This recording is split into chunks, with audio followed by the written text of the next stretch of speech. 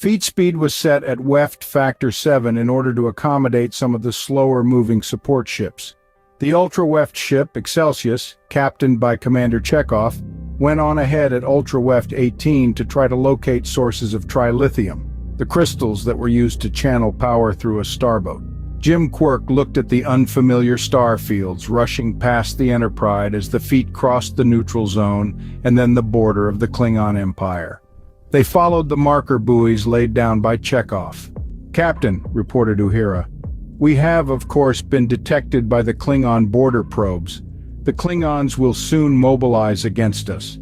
"All is as it should be, Uhura. This is not a stealth mission. It is the ingenious plan of the President to boldly invade where none have gone before. That's the only way to bring all the Klingon ships to us, but still, it's a calculated risk." "Get me Scuddy on the Andromeda Ultra-WEFT," added Quirk. "Scud here." "How's she running, Scuddy? Have you fallen in love with her?" "Smooth as a kitten, sir. She's quite a machine. What an engine." "Scuddy, if anything should happen to the Enterprise, you are next in line as Fleet Commander, then Captain Tashau of the Coral Sea, then the President of the Federated, then Spook." "Accepted, Captain, but I don't know Captain Tashau. Who is he?" "She is the Vulkud commander of the Deadnought section of our fleet." "I'll give her a call," answered Scuddy rather meekly, "and Scuddy better not refer to her ship as a she. It may be a he." "Aye, aye, sir." The first days passed quickly, all ships continuing to get their crews trained and their missions organized. The cadets were eager to learn. "Captain," said Uhura, "the President is on the line for you." "Bad news, Jim. We have indications that the Ferengi Empire, one we know little about, has allied with the Klingons and is racing to assist them. It's important that we get there before they do." "Let me think it over. Quirk out." Jim went down to the observation floor to think. Time to think was now somewhat of a luxury, but later during the battle, Jim would have to rely on insight, instinct, intuition, intelligence, and improvisation. The so-called 5 Eyes of Battle Command required learning at the Academy for potential commanders. Spook was called to the room. Meanwhile, Jim took hold of the old ship's steering wheel, a 17th century replica from a sailing sloop. Spook entered. "Looking for a star to steer by, Captain?" "The Klingons have help, Spook. The Ferengi are coming. The odds may no longer be in our favor if they ever were. Don't forget that the Romantans will be coming also." "Captain, the forces of evil are relentless. If we retreat now, they will eventually find us at a time when they are much more organized and prepared. The advantage of attack still belongs to us."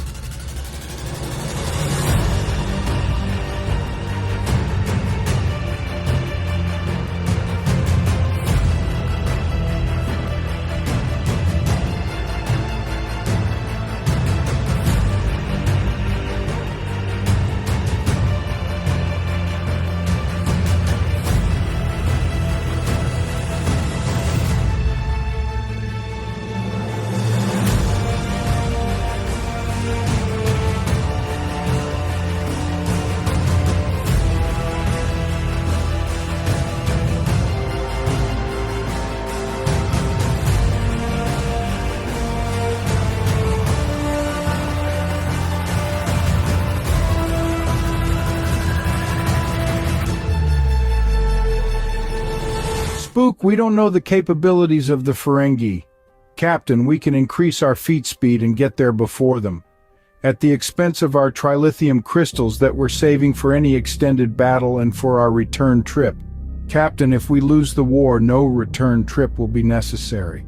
And if we win, we may be vulnerable to further attack without the crystals if and when the Klingon allies show up afterwards. Perhaps Mr. Chekhov will find us a new source of crystals. He may or he may not. Would you like to bet the Federated on it? Besides, raw crystals have to be refined and finished.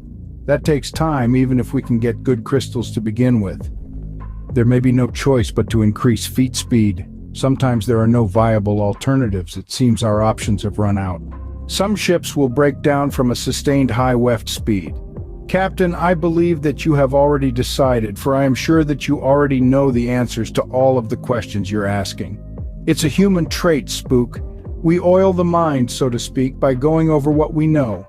It activates a deeper thought process when we talk things over with another person. It helps to remove any bias or prejudice that is inherent in thinking. I know, said Spook. I no longer deny the value of my human side, and I have just made a very logical analysis, Spook. Our direction is joined, Captain. Logic balances emotion. They took the turbo shaft back up to the bridge. Prepare for a feat broadcast, Uhura. You're on, Captain. This is James T. Quirk, Fleet Commanding. Due to increasing Klingon alliances, I am ordering all capable vessels to increase their speed to Weft 9. Vessels left behind will form a second fleet under the command of Captain Williams of the CSS Constellation. Arrival time to the Klingon Empire will be cut by many days. This is an emergency. Quirk out.